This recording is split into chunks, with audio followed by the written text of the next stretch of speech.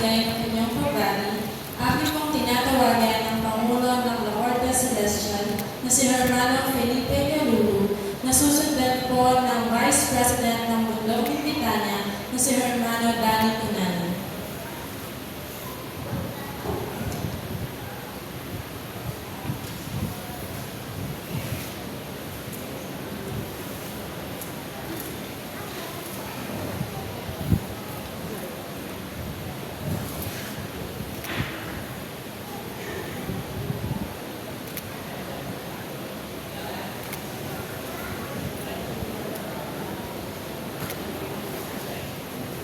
At ngayon po, upang magbigay ng kanyang pagbati, akin pong tinatawagan ng Vice President ng Bundok ng Bitana na si Hermano Danny Tunanan, na susundan po ng President ng Bundok Miguel na si Hermano August Tunanan.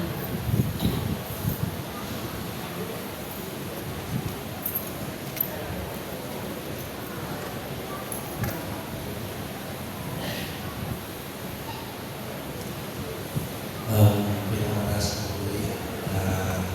Salamat sa isang kalisang Diyos. At isang magpapala at binayang araw ng Diyos na rin na po. At nag-iisa po ang sentro ng Bitanya. Sa pasalamat ng sentro Cebu Tagumpay. At siguro po napapansin nyo, lahat ng mothers and talaga natin, ginagawang isang araw na lang yung pasasalamat. Inumpisahan ng Exodo. Sumunod yung, ayun araw, sumunod ang PNB. Kaya nag-i-expect sila sa Bitanya na gagawin isang araw din ang pasasalamat. Kaya nagcha-challenge si Lucero next year. Magagawa namin isang araw sa salamat at pinanyan o mabubugay po sa Cebu Tagumpay ako sa kanilang palaging malaking preparasyon sa kanilang salamat. Buwan pa dati, siguro rin napapansin nyo na malaki ang preparasyon na ginagawa nila sa kanilang salamat.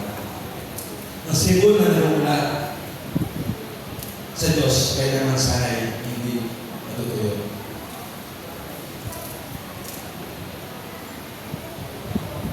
Kundi mag-apaw sa pag-ibig at pag-iisa. Pagkakaisa. Mabuhay po ang USFI, mabuhay po sa Lord of Bentley.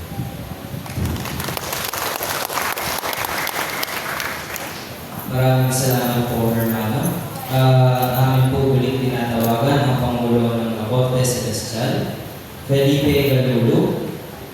Susundan po ng Pangulo ng Bundok Bibye, Hermano August Tunanan. Sa inyo po ang orasan.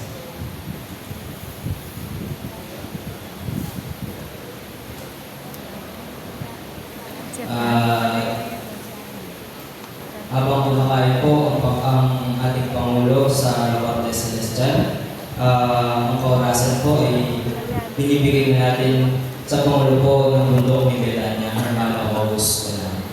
Bundok ni Biel. Bundok ni Biel.